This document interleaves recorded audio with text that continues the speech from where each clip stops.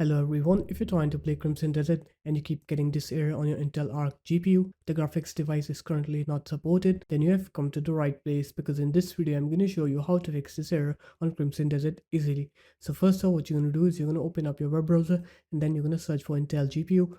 Now you're going to go to the Intel website here, and now what you're going to do is you're going to click onto support here, and then you're going to click onto download center. You're going to click onto graphics here. You're going to search for your graphics driver here. So whatever graphics card you have, search for it, Intel Arc B580. And now you're going to download the latest driver on your graphics card. Click download here and download the latest driver and then install it on your computer. Once it's done installing, now you're going to restart your computer. And once you're done with the restart, now when you try to play Crimson Desert, you'll see that the game will now work. So there it is guys, that's how easy it was. If you guys found this video helpful, make sure to leave a like, comment and subscribe to the channel, and I'll see you in my next video. Peace.